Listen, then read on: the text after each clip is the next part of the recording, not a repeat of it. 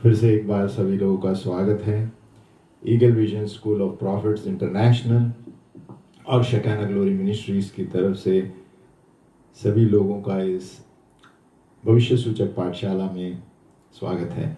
आज हम पाठशाला नंबर 82 पर है। ये 100 पत्रिकाएं हैं।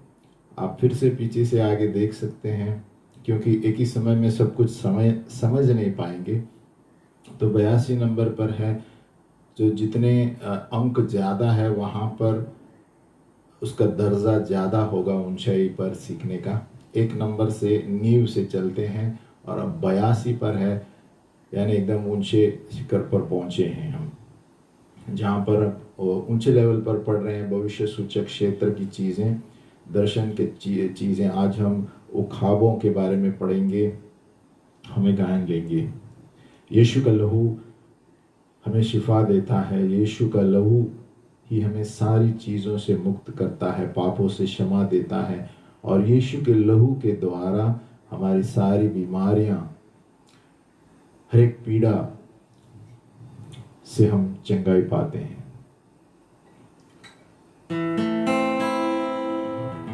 तेरा लहू देता शिफा।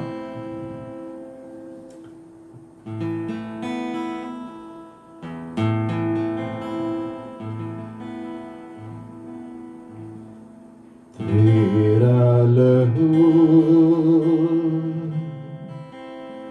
देता शिफा। तेरा लहू देता क्षमा। सूली पे तू कुर्बान हुआ, देने मुझे जीवन नया। तूने सहे कितने ज़ख्म, तेरी मोहब्बत है बेबयां। तेरा लहू देता शिफा। तेरा लहू देता क्षमा। सूली पे तू कुर्बान हुआ, देने मुझे जीवन नया। तूने सहे कितने ज़ख्म, तेरी मोहब्बत है बेबयां। ओ या ला ला ला ला ला ला ला ला रे रे, ओ ला ला ला ला ला ला, ओ रे रे रे रे, ओ ला ला ला रे ला। तेरा लहू देता शिफा। तेरा लहू देता क्षमा। सूली पे तू कुर्बान हुआ, तेने मुझे जीवन नया। तूने सहे कितने ज़ख्म, तेरी मोहब्बत है बेबयां, है बेबयां, है बेबयां।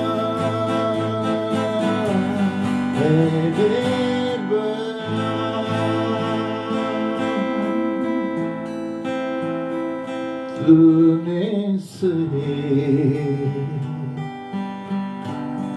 कितने ज़ुल्म तेरी मोहब्बत है बेबयान,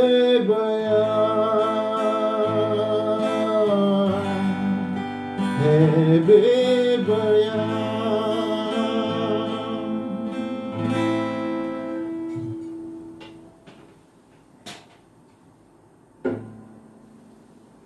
सचमुच प्रभु का लहू है बेबयान। उसकी मोहब्बत, परमेश्वर ने संसार से इतना प्रेम किया कि उन्होंने अपना एकमात्र पुत्र त्याग में दिया कि जो कोई उस पर विश्वास करे वो अनंत काल का जीवन पाए। आज भी अगर जो कोई यीशु मसीह को जानना चाहता है वो सिर्फ बोले, प्रभु यीशु मेरे जीवन में आ, मैं विश्वास करता हूँ कि तूने मेरे लिए लहू बहाया और मेरे पापों को क्रूस पर ले लिया। मेरे हृदय में आ, मेरे परिवार में आ, मेरे दोस्त बन जा। बस इतना ही कहो, प्रभु आपके जीवन में कार्य करना शुरू करेगा। हम भविष्य सूचक पाठशाला नंबर 82, प्रोफेटिक टीचिंग नंबर 82 पर हैं। ये जो उखाब जो है, ईगल्स जो है, ये भविष्य सूचक संसार में इनको एक चिन्ह दिया गया है भविष्यवाणी के लिए। खास करके आप देखेंगे जहाँ पर भी उखाब का चित्र रहता है, जहाँ पर भविष्यवाणी या भविष्य सूचक क्षेत्र में सिखाया जाता है, तो ये समय है जो जवान उखाब है उनको छुड़ाने का, है ना, ये बाहर आने का। ये अभी तक अनुशासन में थे और बाट जो रहे थे अपने पंखों को फैलाने के लिए और उड़ने के लिए। ये जवान जो उखाब है अभी परमेश्वर का आग, परमेश्वर की आग उनके अंदर है और युद्ध के लिए तैयार है। और फिर भी थोड़े जूने उखाब है, लेकिन उनके पंख बिखर गए हैं, जिन्होंने अपने बुलावे के अनुसार कार्य किया है प्रभु के लिए। और ये लोग सेनापति बनकर इन जवान उखाबों के साथ काम करेंगे आने वाले दिनों में, क्योंकि उनका हृदय परमेश्वर की महिमा के लिए था। तो ये सेनापति, जवान उखाब, जवान लोग जो आने वाले दर्शन में चलने वाले हैं, अभिषेक में चलने वाले हैं, और प्रभु के दूत, ये तीन मिलकर बहुत खतरनाक चीजें होने वाली है आने वाले दिनों में। ये तीनों मिलकर आने वाली जो युद्ध होने वाला है, ये एक आत्मिक युद्ध है और परमेश्वर की चीजें ऐसे खुलने वाली है जो कभी हमने पहले नहीं देखी। तो ये उखाब एक बहुत बड़ा चिन्ह है भविष्य सूचक क्षेत्र में। पासबान का जो दर्जा है आज के दिन में, है ना, इतना अभी उसको महत्वपूर्ण दिया जाता है सरकार के लिए, वो सही है। लेकिन आने वाले दिनों में हम देखेंगे कि प्रेरित और भविष्यद्वक्ता के कलीसियाओं में ज़्यादा महत्वपूर्णता होगी, क्योंकि प्रेरित और भविष्यद्वक्ता नींव है कलीसिया का। और जो ये कलीसिया नहीं मानते वो चूक रहे हैं और वचन के अनुसार नहीं चल रहे हैं, क्योंकि भविष्यवाणी एफिसियों 2:20 दिया गया है कि भविष्यवाणी और प्रेरित ये दोनों नींव है कलीसिया के, यही अगुवाई करते हैं। इसलिए बहुत सारी कलीसियाएं गलत जगह पर चल रही हैं, क्योंकि वो प्रेरितों और भविष्यद्वक्ता में विश्वास नहीं करते। और हाँ, ये हमें संभालना है, ये ज़रूरी है भविष्यद्वक्ता सब तरह के आने वाले अंतिम दिन में, लेकिन भविष्यद्वक्ता होना ज़रूरी है, प्रेरितों का होना ज़रूरी है, पंचगुनी सेवकाई एक कलीसिया में होना ज़रूरी है। नहीं तो कलीसिया बाइबल से पूर्ण रूप से नहीं चल रही है। हाँ, आगे बढ़ते हैं। तो आगे के दिनों में अगुवाई के क्षेत्र में ये साथ में चलेंगे, अकेले कोई नहीं चलने वाले हैं। पंचगुनी सेवकाई में प्रेरित और भविष्यद्वक्ता ज़्यादा चलने वाले हैं। इसलिए हम देखते हैं जहाँ पर भी भविष्यवाणी चिन्ह चमत्कार होते हैं, वहाँ पर लोग तुरंत यीशु के पास आते हैं। आने वाले दिन ऐसे ही होने वाले हैं। और लेकिन कलीसिया में बहुत सारे भेड़ियाँ भी हैं, कलीसिया के बाहर जो अंदर घुस रहे हैं ना, और बहुत सारे भाई बहनों को उल्लू बना रहे हैं और अधिकारियों का समर्पण नहीं कर रहे हैं, और बहुत सारे लोगों का विश्वास ठंडा पड़ जाएगा। और ये सारी चीज़ें होने वाली है, लेकिन यही सारी चीज़ें वापस आने वाली हैं। जो पीछे सरके हुए लोग हैं, जैसे प्रेरित के ज़माने में हुआ था, वैसे कलीसिया में आग आने वाली है। और पीछे सरके हुए लोग हम देखते हैं सब पीछे वापस आ रहे हैं कलीसियाओं में। और प्रभु कहता है, मैं पुराने सेनापतियों को नए जवान उखाबों के साथ बदलने वाला हूँ, है ना, और ये साथ में मिलकर काम करेंगे नई लहर के लिए। नई लहर जो है उखाब यानी भविष्य सूचक क्षेत्र में चलने वाली है। और जो दाऊद के दिन थे वो वापस आने वाले हैं। आराधना, स्वर्ग खुला, स्वर्ग खुल जाएंगे, एक अलग तरीके का संगीत चालू होने वाला है। जैसे स्वर्ग में चलता है और सभी की आत्माओं में उंडेला जाएगा आराधना। और नए यंत्र, ये तो गिटार वगैरह नए नए यंत्रों के द्वारा लोग आराधना करेंगे। और स्वर्गदूत जो रहेंगे इनके कार्य भी होंगे, इनके कार्य बढ़ने वाले हैं, एंजेलिक एक्टिविटीज।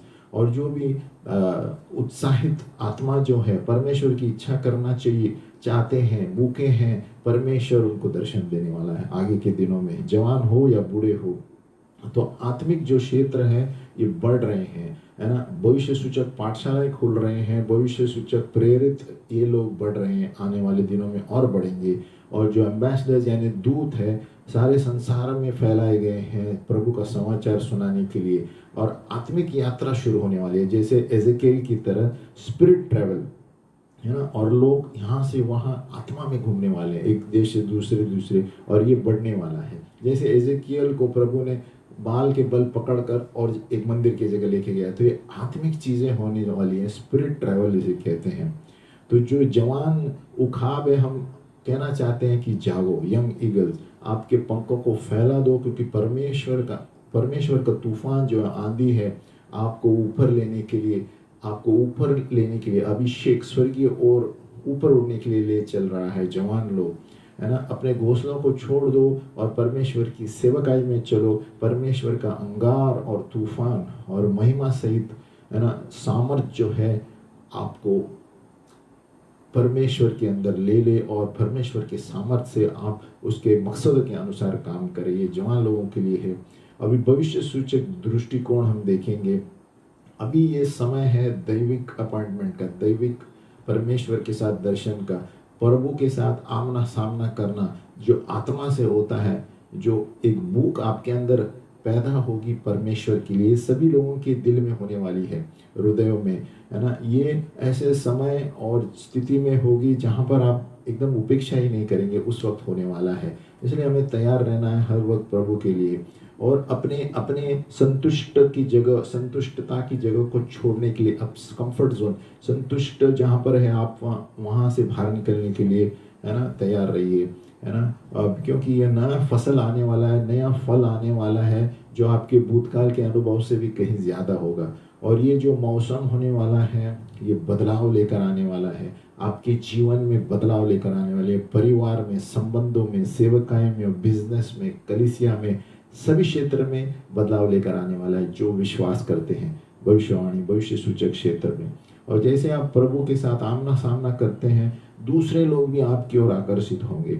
आपके आज्ञापन, विश्वास योग्यता और इच्छा की वजह से पिता परमेश्वर के साथ ये मौसम में, है ना, आपके द्वारा और लोग प्रभु के पास आएंगे। आपकी गवाही जो है ना, दूसरे के हृदय भूखे हो जाएंगे आपकी गवाही देखकर कि हमें भी ये दैविक चीजें चाहिए, है ना। आप एक एजेंट बन जाएंगे परमेश्वर के एनकाउंटर का, और असामान्य चीजें, अलौकिक चीजें, है ना, जैसे लोग आपको देखकर उनका भी हृदय बदलने वाला है।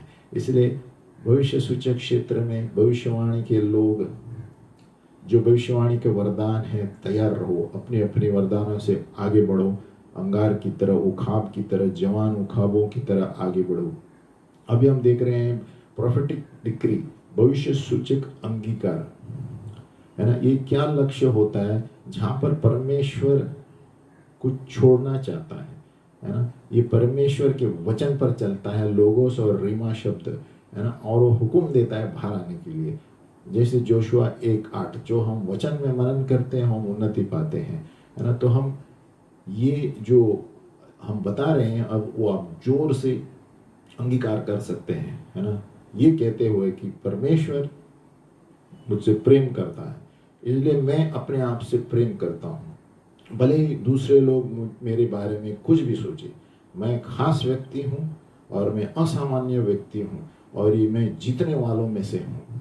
मैं आशीषित हूँ और परमेश्वर मेरा साथ है, और मैं आशीषित हूँ और दूसरों को आशीष देता हूँ। मैं घोषित करता हूँ कि असामान्य अलौकिक काम होने वाले हैं मेरे जीवन में। मैं विश्वास करता हूँ कि आने वाले दिनों में और बेहतरीन चीज़ें आने वाली हैं। ये साल पिछले साल से भी बेहतर होगा। मैं अपने फसल को बुलाता हूँ और घोषित करता हूँ, क्योंकि मैंने बहुतायत से बोया है, इसलिए बहुतायत से काटूंगा। मैं उन्नति पाता हूँ, भले ही समस्या आ रही हैं, क्योंकि परमेश्वर मेरे कदमों को अगुवाई कर रहे हैं, कदमों की अगुवाई। परमेश्वर मेरे सोचने से, कल्पना से कहीं ज़्यादा मेरे लिए कर रहा है, क्योंकि मैं प्रभु से प्रेम करता हूँ, उनका आदर करता हूँ, उसके आज्ञा का पालन करता हूँ, पहले उसके राज्य को खोजता हूँ और उसकी धार्मिकता, और छुटकारा आ रहा है मेरे जीवन में और चल रहा है।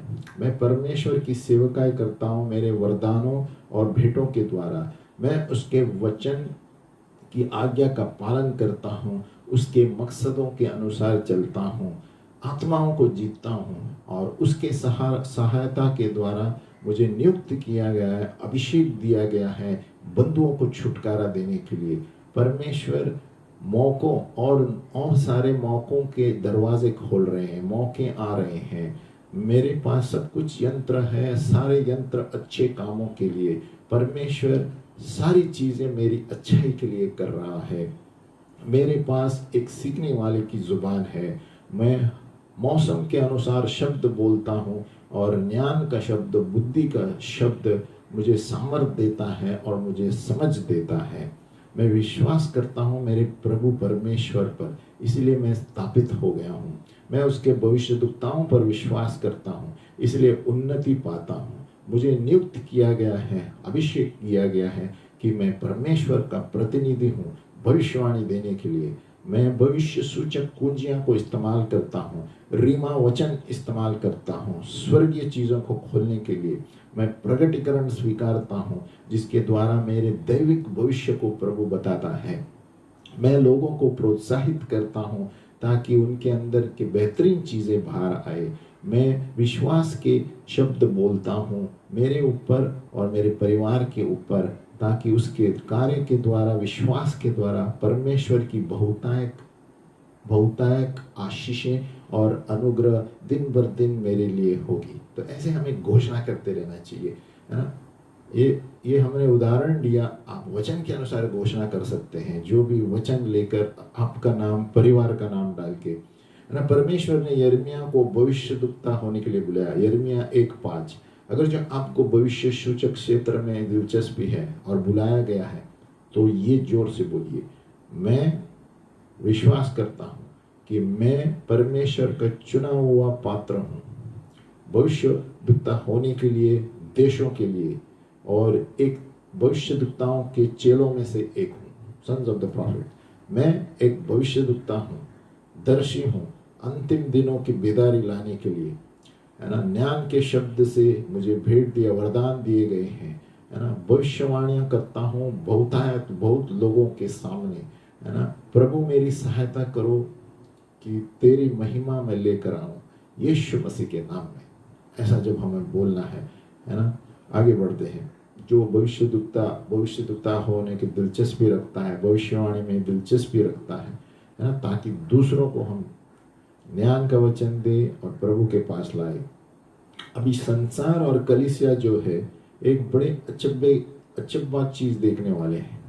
एक सरकारी रूप से बदलाव आने वाला है परमेश्वर के घर में, है ना। प्रेरित और भविष्यद्वक्ता अपने अपने पोजीशन लेंगे, है ना, और वो लोग पश्चाताप कराएंगे भविष्यद्वक्ता, और परमेश्वर का दर्शन आने वाले दिनों में, है ना। ये लोग मिलजुल कर पंचगुनी सेवकों को साथ में चलाएंगे कलीसिया में। जैसे मैंने कहा, आज के दिन में सारी कलीसियाएं पंचगुनी सेवकाएं नहीं चला रहे हैं, प्रेरित और भविष्यद्वक्ताओं को इनकार किया जा रहा है।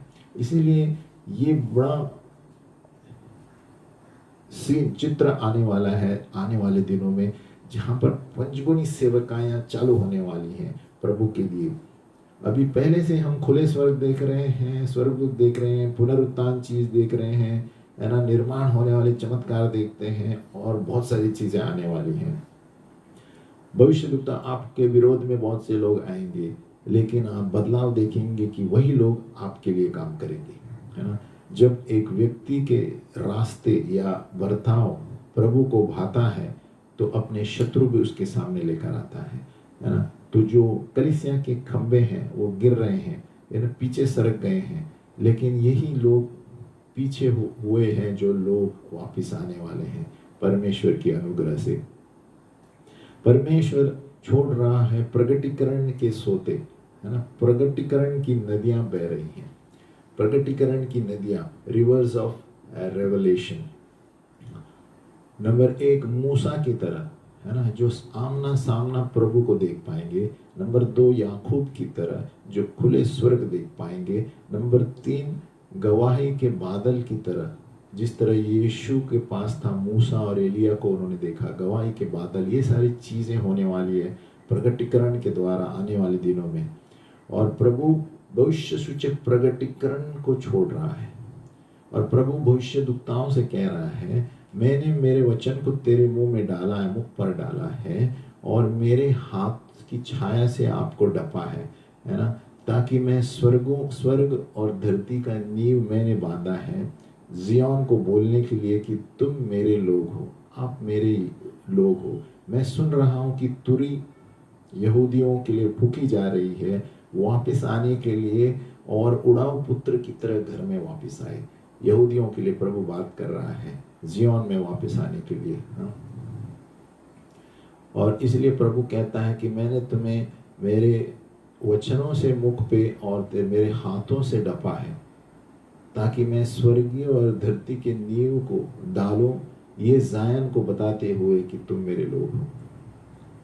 और ये भी कहता है कि मैं सिंहों की गरजने की आवाज सुन रहा हूं, है ना, क्योंकि यहूदा का सिंह जो है वो गरज रहा है, और उसी तरह भविष्यद्वक्ता भी गरज रहा है। जैसे वो हैं वैसे हम इस संसार में हैं, और वो लोग भविष्यवाणी कर रहे हैं जो भविष्यद्वक्ता ने कहा था कि बड़ी बेदारी आने वाली है। हाँ, बड़ी सुनामी आने वाली है, बड़ी लहर। परमेश्वर के लोग उठ रहे हैं परमेश्वर के मकसदों को पूरा करने के लिए, है ना। परमेश्वर उसकी महिमा की उपस्थिति इस धरती पर लेकर आ रहा है, जैसे महिमा का ज्ञान पहले कभी नहीं हुआ था, है ना। For the earth will be filled with, एक धरती परमेश्वर की महिमा के ज्ञान से भर जाएगी, जैसे समुद्र पानी में भरा है ना। जाग उठो, चमको, क्योंकि आपका प्रकाश आ गया है और परमेश्वर की महिमा आप पर चमक रही है। हाँ, मेरे दूत जो है पूरे संसार में जा रहे हैं, आत्मा के द्वारा यात्रा कर रहे हैं, लोगों को बताने के लिए कि प्रभु जल्दी आ रहा है। और इनमें से थोड़े लोग ऐसे होंगे कि भविष्य सूचक क्षेत्र जो दूसरों में है आप देख पाएंगे, है ना, और कलीसिया में एकता लेकर आएंगे, है ना। ये सब चीज़ें होने वाली है आने वाले दिनों में। जैसे ही हम प्रभु के भूखे होंगे, प्रभु अलग तरीके से आत्मा अलग अलग व्यक्तियों को देगा, है ना। और जो यीशु को नहीं भी जानते, अगर जो भूख है, प्यास है, वो सब कुछ देख पाएंगे आत्मा में, और इतने आनंदित हो गए, अरे ये सारी चीज़ें पहले मैंने कभी नहीं, है ना, पहले अनुभव कभी नहीं किया। और थोड़े लोगों को प्रभु कह रहा है, अपने परिवार को छोड़कर, देश को छोड़कर ऐसे भूमि पर जाओ जहाँ पर मैं बता रहा हूँ। आत्मिक रूप से इसे कंफर्म करना है। आपके पूर्वज जो है बाहरगांव क्षेत्र में रहेंगे, थोड़े लोगों से आप बड़े बड़े लोगों के साथ रहेंगे, है ना। आप देशों के लिए जाएंगे, है ना। और ये ऐसा समय है जब आप दूसरों को प्रोत्साहित करेंगे और अगुवाई करेंगे, और आप भविष्यद्वक्ता के बीच में होंगे और प्रेरितों के बीच में। ये सारी चीज़ों को आपको दूसरे के साथ बैठकर निश्चित कराना है ना। जो मैं बोलता हूँ वही नहीं सुनना है। यानी नया अभिषेक और बुलावा परमेश्वर लेके आ रहा है, हाँ। और परमेश्वर हमारे समझ को खोल रहा है, अलौकिक क्षेत्र में, स्वर्गदूतों के क्षेत्र में, अलग अलग स्थल में हमें लेकर जा रहा है जो पहले नहीं था। परमेश्वर ने हमें एक भविष्य सूचक शिक्षक की सेवकाई दी है ना, और ज़्यादा प्रकटीकरण होंगे सिखाने के लिए और दूसरों पर अभिषेक उंडेलने के लिए। और बहुत सारे इनमें से भविष्य सूचक पाठशाला चलाने वाले हैं, जैसे हम एक चला रहे हैं, eagle vision school of profits. देखो यही हो रहा है, और भी आगे भविष्य सूचक पाठशाला सीखने वाले हैं, क्योंकि लोगों को पता नहीं है भविष्यवाणी के क्षेत्र में क्या सब चलता है ना। और अलौकिक पाठशाला के भी स्कूल होंगे, अलौकिक काम कैसे होते हैं, और कहीं कहीं दोनों साथ में होंगे, जैसे ये भविष्य सूचक पाठशाला और भविष्य सूचक अलौकिक काम, है ना। तो ये जो प्रभु जो है छोटे छोटे चीज़ों को पकड़ के बड़ी चीज़ें करने वाला है, जो उनको तुमने पेश किया। जो छोटी छोटी चीज़ों के द्वारा आपने प्रभु की सेवकाई की, इससे प्रभु कुछ बड़ी चीज़ें करने वाला है ना।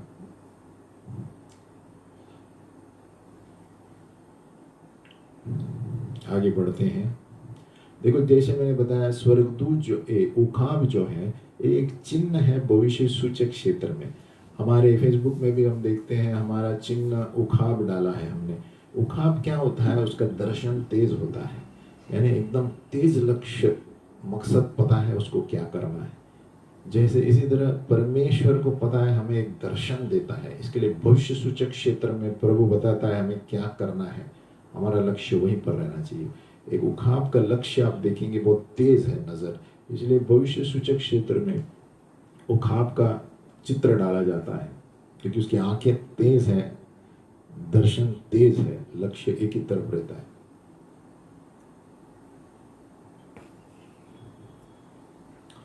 और उखाब का दर्शन यानी ज्यादा काबिलियत है, अलौकिक क्षेत्र में अंदर देख पाएंगे, स्वर्गीय चीजों में अंदर देख पाएंगे जो सामान्य व्यक्ति नहीं देख सकता। जिस तरह एक उखाब देख पाता है एकदम दूर से, उसी का अर्थ है। तो 5 महत्वपूर्ण मुद्दे हैं एक भविष्यद्वक्ता होने के लिए, ये हम सीखेंगे। 5 important features in the making of a profit. Number 1, prophetic placement, भविष्य सूचक जगह या उस भविष्यद्वक्ता का स्थल। नंबर 2, भविष्य सूचक व्यक्तिगत, उसका चरित्र। नंबर 3, भविष्य सूचक तैयारी। नंबर 4, भविष्य सूचक अनुशासन। नंबर 5, भविष्य सूचक कार्य, है ना। Prophetic placement, prophetic personality, prophetic preparation, prophetic training जो होता है, प्रॉफिटिक मूवमेंट। हम पहला पढ़ेंगे प्रॉफिटिक प्लेसमेंट, भविष्य सूचक जगह या स्थल। 2 राजा 2 में हम देखते हैं कि बेतलवासी भविष्यद्वक्ताओं के चेले एलीशा के पास आकर कहने लगे, क्या तुझे मालूम है कि आज यहोवा तेरे स्वामी को तेरे ऊपर से उठा लेने पर है? उसने कहा, हाँ मुझे भी यह मालूम है, तुम चुप रहो। तो ये वचन क्या बताता है ना, कि भविष्य सूचक क्षेत्र में 3 तरह के थे। एलिया तरह के भविष्यद्वक्ता, एलीशा के भविष्यद्वक्ता और भविष्यद्वक्ता के चेले। 3 अलग अलग किस्म के चरित्र है यहाँ पर, है ना। भविष्यद्वक्ता के चेले, एलिया भविष्यद्वक्ता, एलीशा भविष्यद्वक्ता। सो एलिया जो भविष्यद्वक्ता है, ये उनको बाहर बुला के प्रभु ही सिखाता है। एलिया जैसे भविष्यद्वक्ता है, मुख्य अधिकार के भविष्यद्वक्ता है, ये प्रभु ही इनको अकेले में रखकर सिखाता है ना। और वो लोग दूसरे चेलों को बनाते हैं, जैसे एलीशा। तो एलिया जैसे भविष्यद्वक्ता खुद प्रभु ट्रेनिंग देता है इनको, और ये एलीशा जैसे को पैदा करते हैं, है ना। और ये एलीशा जैसे भविष्यद्वक्ता के चेलों को पैदा करते हैं भविष्यद्वक्ता बनाने के लिए, है ना। अभी हम देखेंगे ये 3 तरह के भविष्यद्वक्ता हैं, ताकि आप जानेंगे कि आप कौन से स्थल में फिट होते हैं, है ना। क्या आप चेले हैं भविष्यद्वक्ता के, क्या आप एलीशा हैं या एलिया है? तो तीनों में से कौन से हैं? पहले हम लेंगे भविष्यद्वक्ता के चेले, है ना। पुराने नियम में बहुत सारे ऐसे झुंड में भविष्यद्वक्ता चलते थे, है ना, अनुशासन के लिए, आराधना के लिए। और ये शिक्षक थे, स्टूडेंट्स थे भविष्य सूचक पाठशाला में, जैसे हम सीख रहे हैं। सैमुअल के नीचे, एलिया के नीचे, एलीशा के नीचे। और ये परमेश्वर की सेवा करते थे, पवित्रता में चलते थे, परमेश्वर का सामर्थ्य जताते थे, लोगों को अंधकार की शक्तियों को उठा देते थे, चमत्कार करते थे। और आज के दिन में हम कहा जाए, ये भविष्यद्वक्ता के बेटे कौन हैं? ये वो हैं जो भविष्यवाणी की आत्मा है, गिफ्ट ऑफ प्रोफेसी, है ना, जो दूसरों को प्रोत्साहित करते हैं, सांत्वना देते हैं, बांध काम करते हैं कलीसिया में।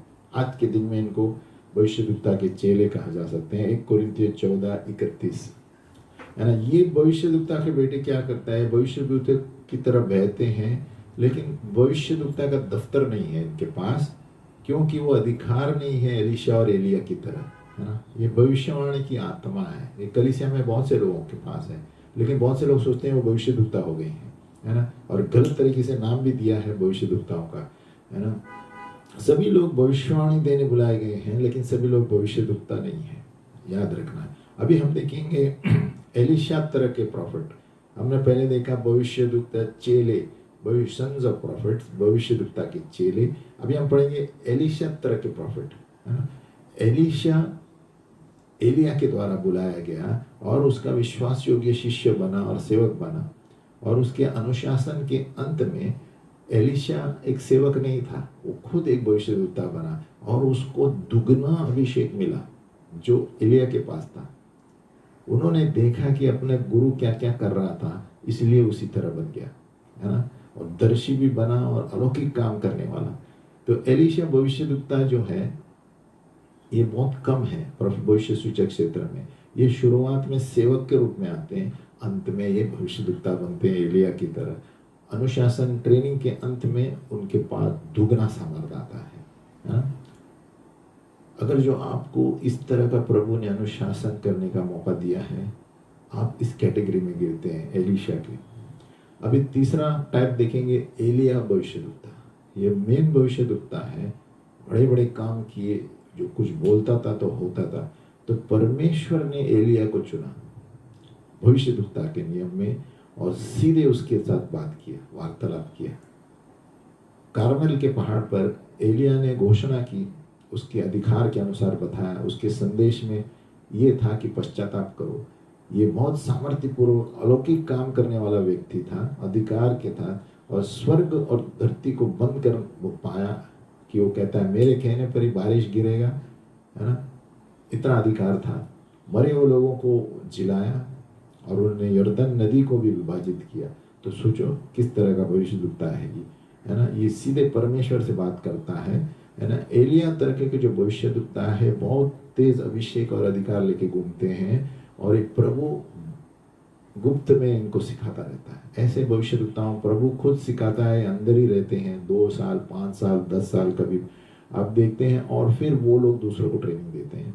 आप देखेंगे सैमुअल भी एक तरह का दर्शी था इसी तरह, और भविष्यद्वक्ता था, प्रगटीकरण, दर्शन, सपने, है ना, और सब कुछ करता था सैमुअल भी।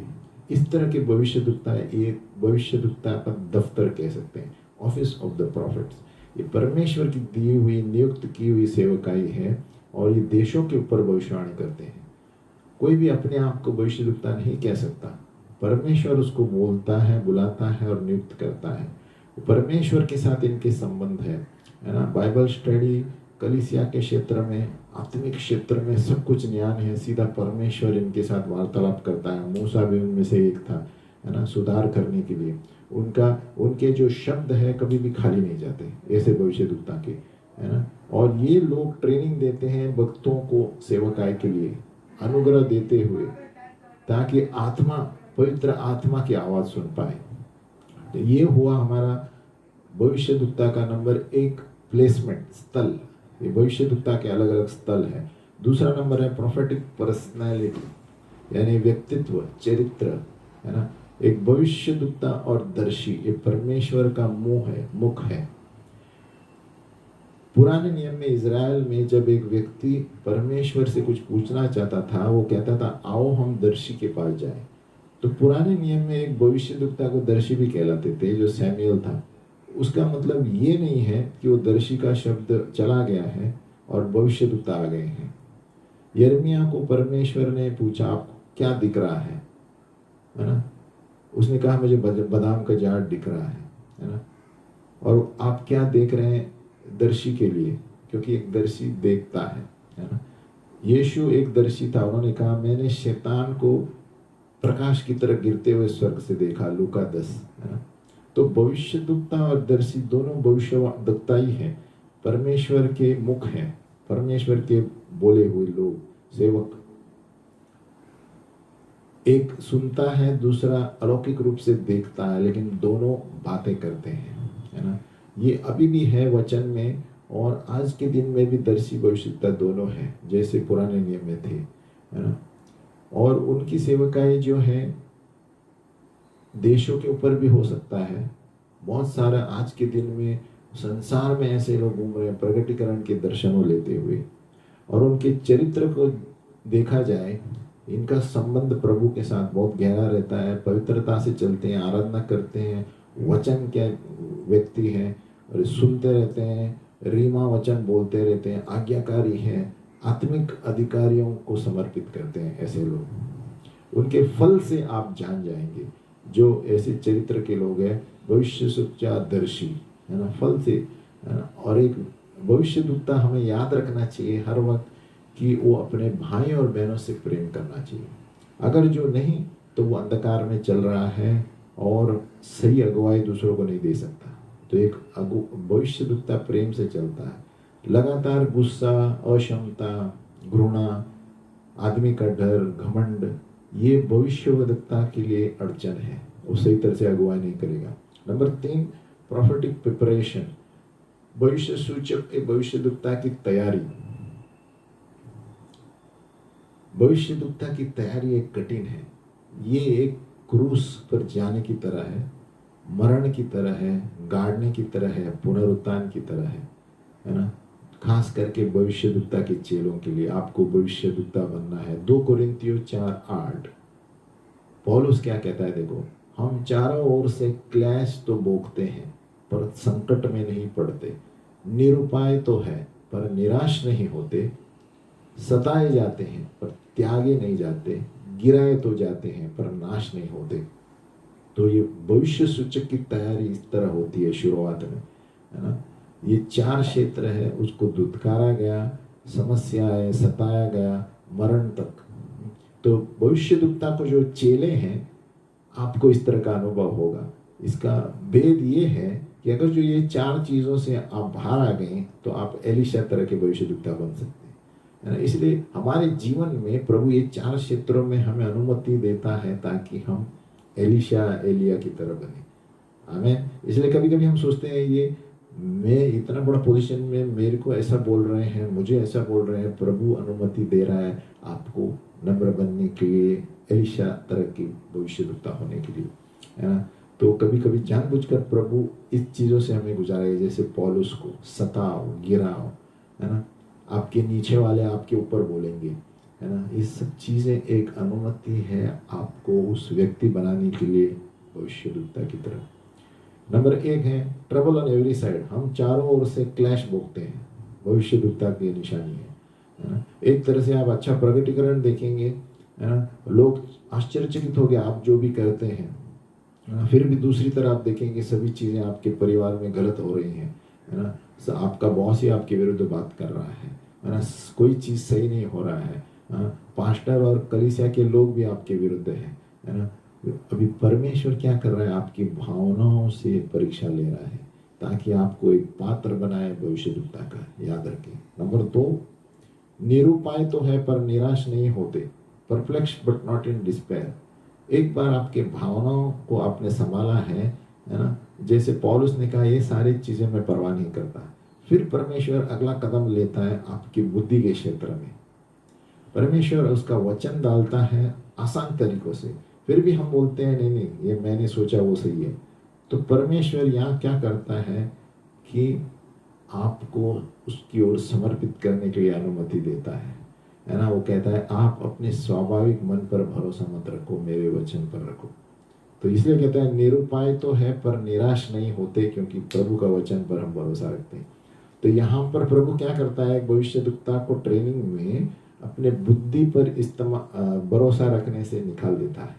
ये दूसरा क्षेत्र है। पहले भावनाओं से उसको बाहर निकाल दिया, अभी बुद्धि के क्षेत्र में वो प्रभु की ओर समर्पित करने करता है ताकि हम अपने बुद्धि और दिमाग पर प्रश्न नहीं पूछे, वचन पर गौर करें। नंबर 3, सताए जाते हैं पर त्यागे नहीं जाते। ये भविष्यवक्ता की निशानी है। ये सारी परीक्षाओं से आपको गुजरना पड़ेगा, है ना। एक बार आपकी बुद्धि प्रभु ने काबू में लिया, परमेश्वर आपकी इच्छा के क्षेत्र में कार्य करता है ना। वो छोड़ता है, आपके दोस्त भी हैं आपके विरोध में आएंगे, है ना। वो ऐसे काम करने को बोलेंगे जो आपको सही नहीं लगते, है ना। दूसरे शब्दों में अपनी इच्छा के अनुसार सब विरोध में जा रहा है। तो पौलुस ये कहता है सताए जाते हैं पर त्यागे नहीं जाते, लेकिन प्रभु आपको आपकी परीक्षा ले रहा है। ये तीनों क्षेत्र में आपकी बुद्धि, भावना और ये क्षेत्र में प्रभु आपको जब नियंत्रण में लेता है, फिर आपका प्राण का क्षेत्र है ना। ये इसका मतलब है आप अपने आप में मर रहे हैं, आप कुछ नहीं कर सकते, अपने हिसाब से प्रभु पे छोड़ देते हैं। फिर चौथा है, गिराए जाते हैं पर नाश नहीं होते, cast down but not destroyed. भले ही वो जबरदस्ती हम प्रभु के सामने चल रहे हैं, फिर भी प्रभु, जब हम प्रभु के सामने सेवकाई कर रहे हैं, फिर भी एक अंदर से एक मशहूरता की ख्वाहिश है, अरे लोग मुझे नहीं देखते, कोई मुझे पूछता नहीं है। प्रभु ये भी निकालना चाहता है ना। अरे मुझे टीवी पर आना चाहिए, ये आना चाहिए, वो चाहिए, मेरा फोटो नहीं है। ये सारी चीज़ों पे प्रभु एक भविष्यद्वक्ता को बाहर निकालेगा। तो ये चौथा क्षेत्र है ना। तो ये भविष्यद्वक्ता को प्रभु के नीचे झुकना है, उसका वचन बोलना है, अपने आप को नहीं दिखाना है लोगों को, अपने टैलेंट नहीं दिखाना है, अपने वस्त्र या अपनी पर्सनालिटी नहीं दिखाना है ना। इसीलिए भविष्यद्वक्ता की सेवकाई है जो वो मशहूरता के लिए नहीं बोलती है ना, वो अपने आप को जानने के लिए कभी नहीं बताएगा, है ना, वो अपने आप को नीचा रखेगा।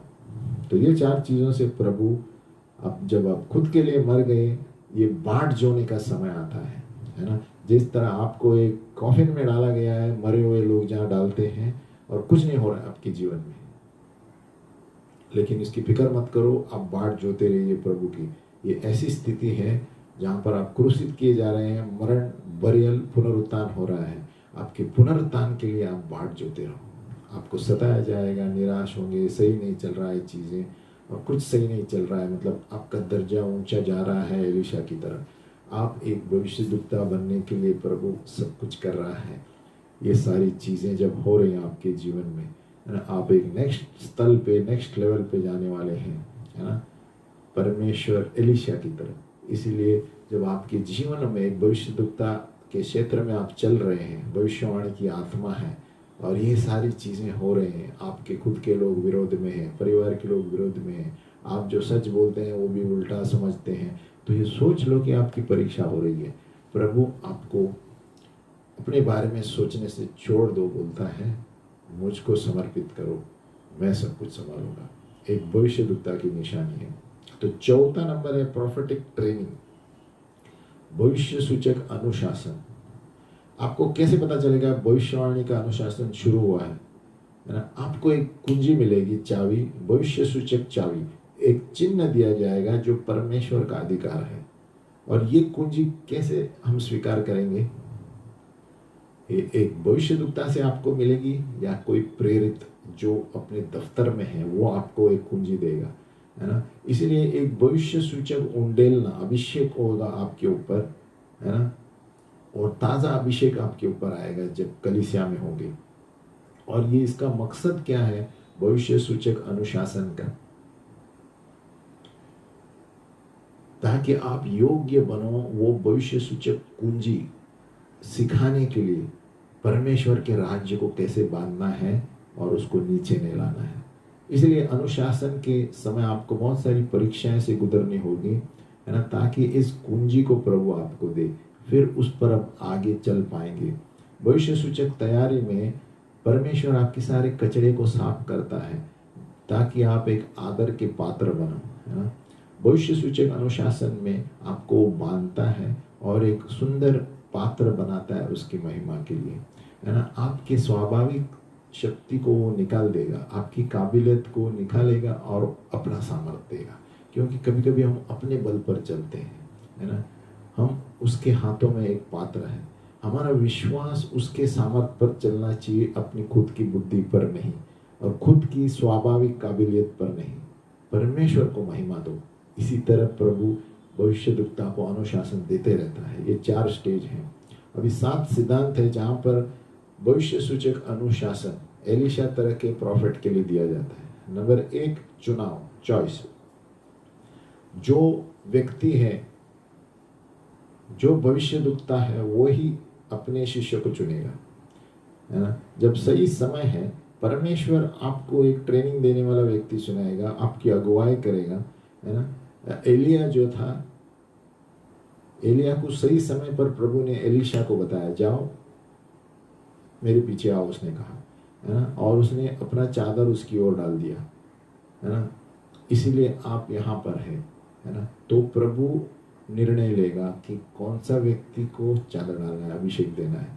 नंबर 2, एक शिष्य जो है एक दास बनकर रहता है।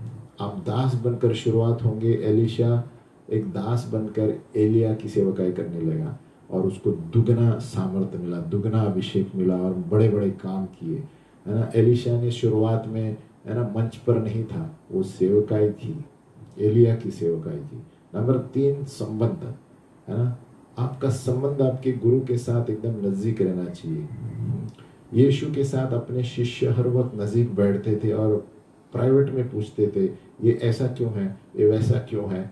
एलीशा भी वैसा ही। एलीशा हर वक्त देखता था एलिया क्या करता था, उसका पीछा नहीं छोड़ता था। तो उस तरह नजीक संबंध रखते हैं अपने मेंटर या गुरु से, जो भविष्य दुखता है, तब आपका ट्रेनिंग सही होता है। इम्पार्टेशन, अभी जो भविष्य दुखता है, जो भी उसके पास है सब कुछ आपको दे देगा, आपके ऊपर डालेगा, उसके पीछे चलने वाले को, है ना। एक गुरु अपने सब कुछ अपने शिष्यों को सिखाएगा।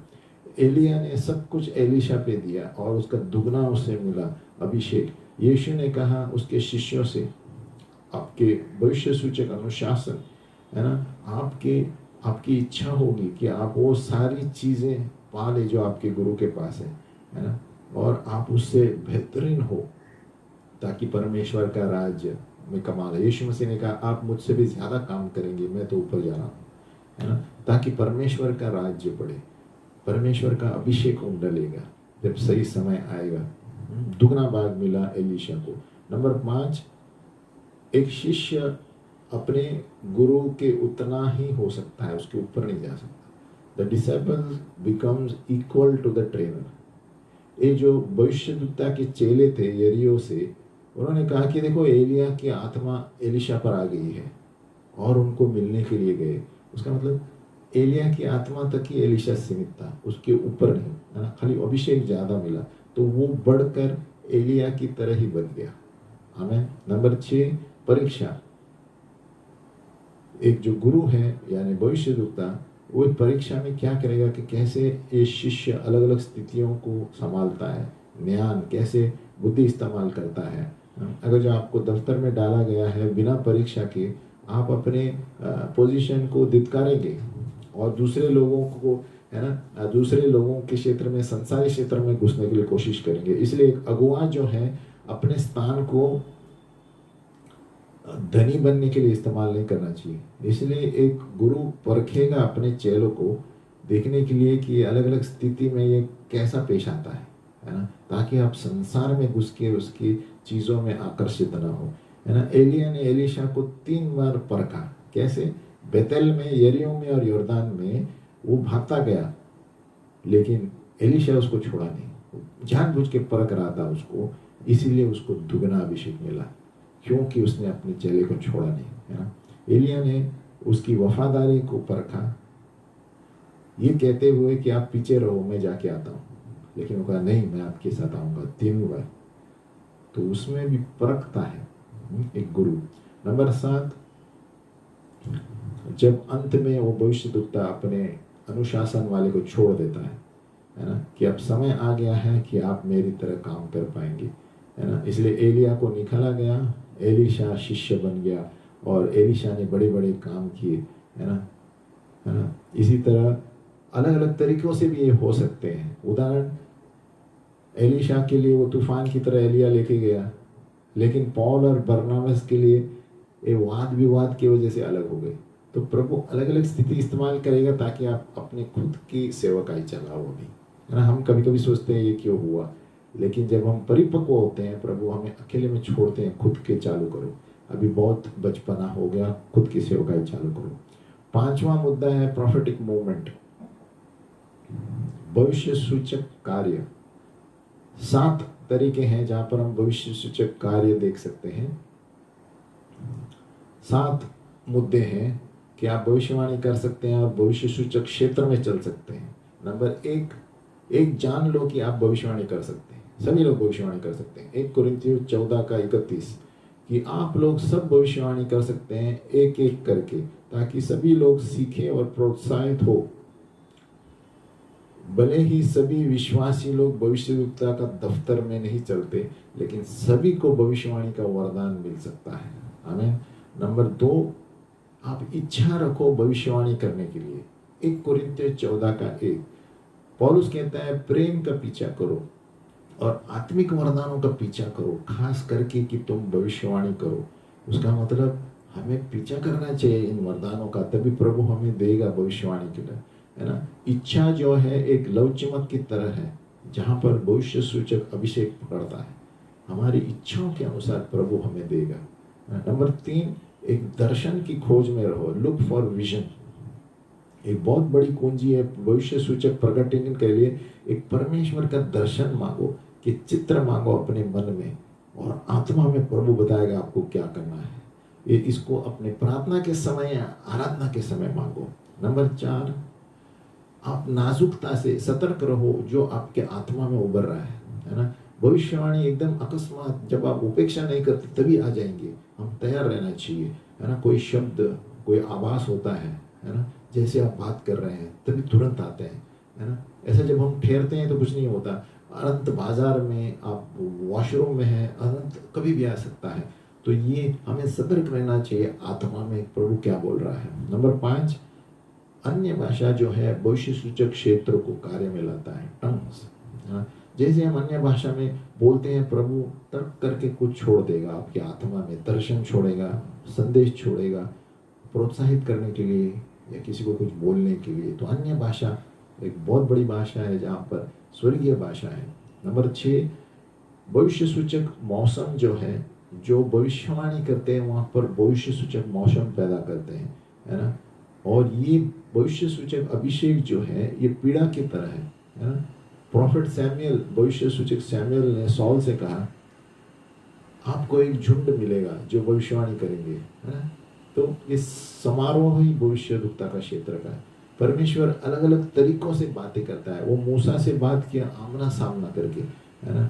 और कोई कोई भविष्यवक्ता खुले दर्शन देखते हैं, स्वर्गदूतों के दर्शन देखते हैं, सपने देखते हैं, बेहोशी अवस्था में दर्शन देखते हैं, और उत्साह में, है ना, उत्तेजना पाते हैं। तो अलग अलग तरीके भविष्य सूचक वातावरण से जो भविष्यवाणी करते हैं, है ना, वहाँ पर भविष्य सूचक मौसम चलता है ना। कभी भी कुछ भी होता है। जैसे सैमुअल भविष्यवक्ता ने सॉल से कहा आपको एक झुंड मिलेगा, यानी ये वातावरण में झुंड भविष्यवक्ता के थे। नंबर 7, आपके अंदर जो वरदान है उसको प्रज्वलित करो। Stir up the gift imparted to you by prophecy, है ना। तो ये प्रॉफिटिक गिफ्ट आपको दिया गया रहेगा, आप लिखे रखिए, उसको प्रज्वलित कीजिए सेवकाई करते हुए। स्टर इट अप, आमीन। तो ये चीज़ें हैं जहाँ पर हम 7 चीज़ें, आप प्रॉफिटिक चीज़ों को कार्य में ला सकते हैं। जितना हम कार्य में लाएंगे उतना प्रभु हमारे जीवन में उसको हमें आगे बढ़ाएगा। अब हम आगे बढ़ते हैं। हाँ, बहुत सारे विश्वासी लोग हैं, ये लोगों को अपने आप को दोष लगाना, कंडेमनेशन, जब भी वो लोग अपने परिवार को सुरक्षा के लिए सोचते हैं, संपत्ति के लिए, नौकरी के लिए, सेवकाई के लिए, हमें संतुलन बनाए रखना है ये हुक्म के अनुसार, है ना। हकीकत ये है कि यीशु मसीह वचन में संतुलन बनाए रखना चाहता है ना। और क्योंकि बहुत सारे लोग जो है, संसारी लोग, हमारे सिर के ऊपर कंट्रोल करना चाहते हैं, है ना। यीशु मसीह ने जैसे कहा कि आप एक गाल को मारो तो दूसरा भी दे दो, है ना। जो हमें श्राप देते हैं उसको आशीष दो। लेकिन दूसरी तरह हम देखते हैं पौलुस ने एक जादू टोना वाले को श्राप दे दिया। तो हमें संतुलन बनाए रखना है, कौन सी स्थिति में प्रभु क्या बातें करता है ना। बहुत सारे क्षेत्र बाइबल में दिया है कि आशीषित करो जो आपको श्रापित करते हैं, और अपने शत्रुओं के लिए प्रार्थना करो।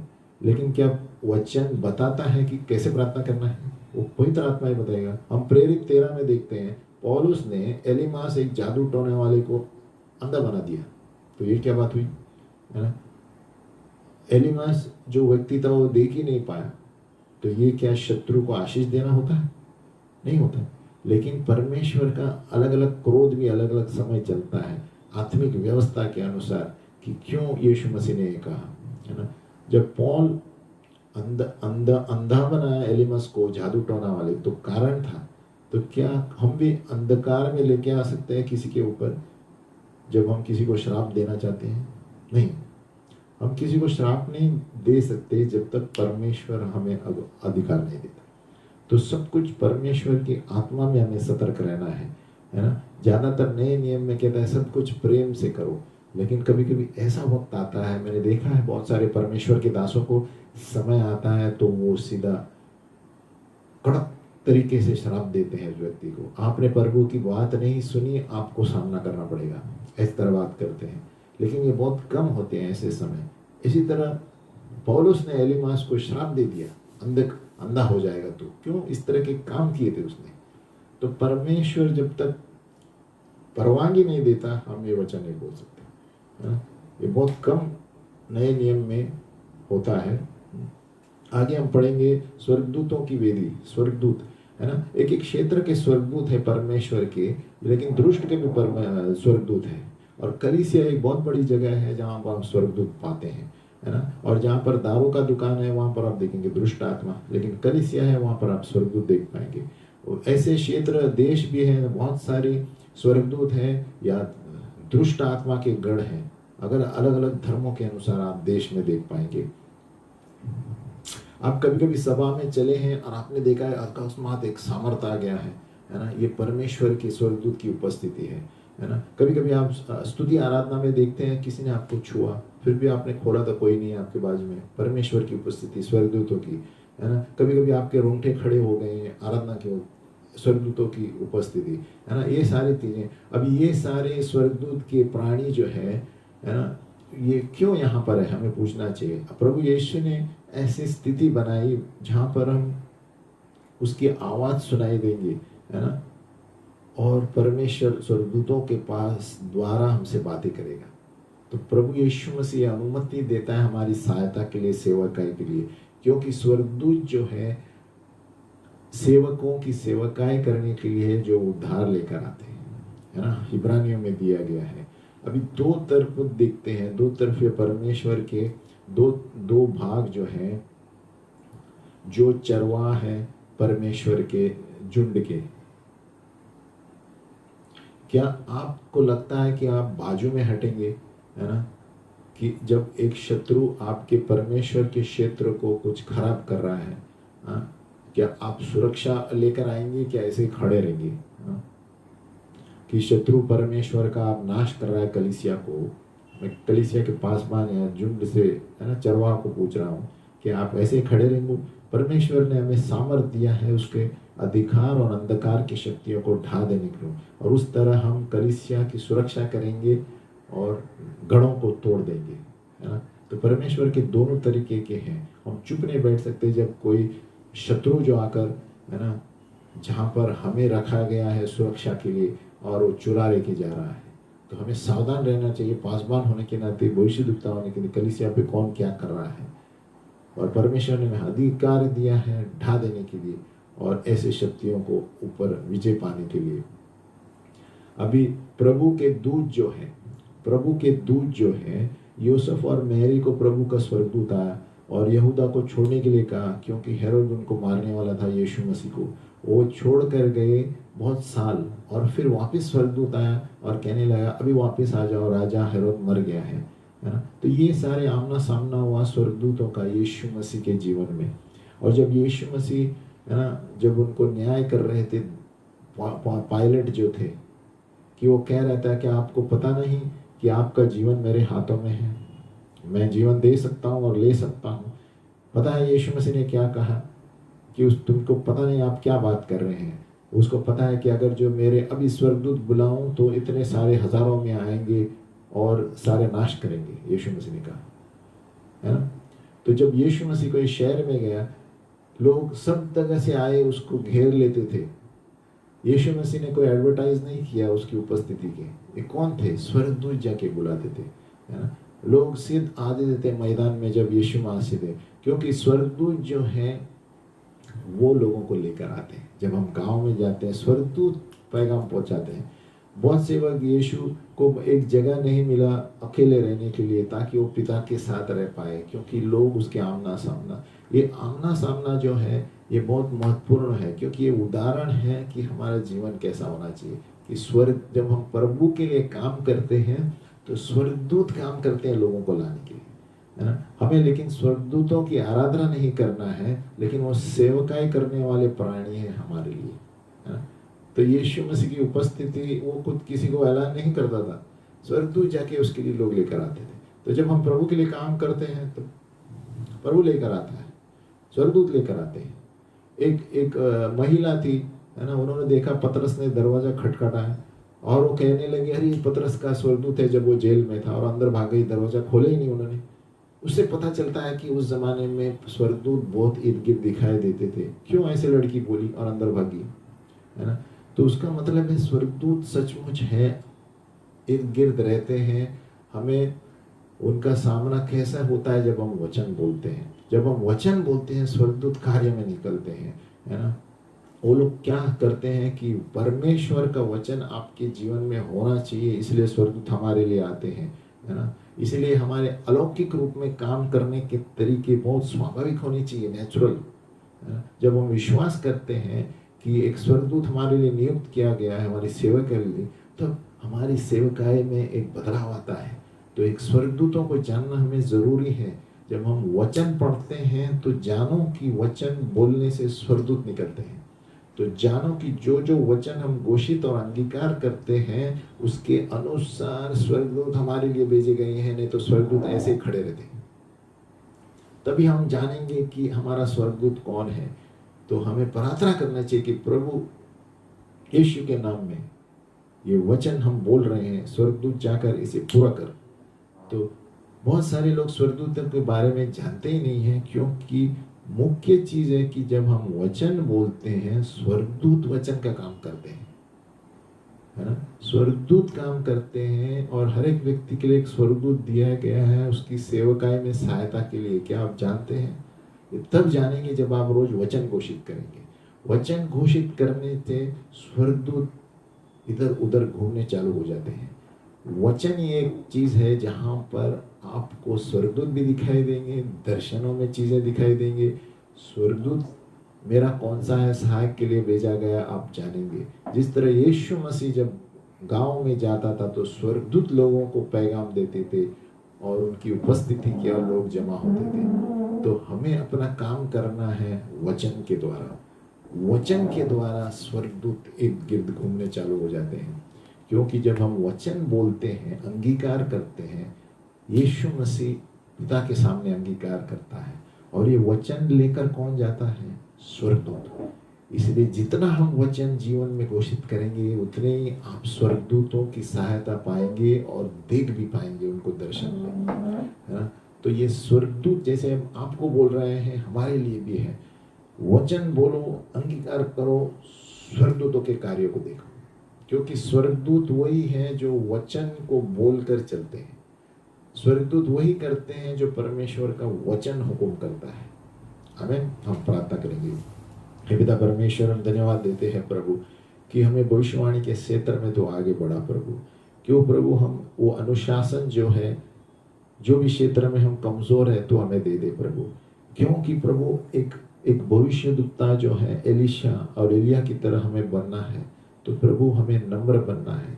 हर एक सताव, हर एक निराशा से जब तू हमें लेकर जाएगा तो हमें आत्मिक रूप से सतर्क कर प्रभु कि तू हमारी परीक्षा ले रहा है, और हमें धीरज दे प्रभु, ताकि हम उस मंजिल तक पहुंचे जो एलिशा के पास थी, एलिया के पास थी।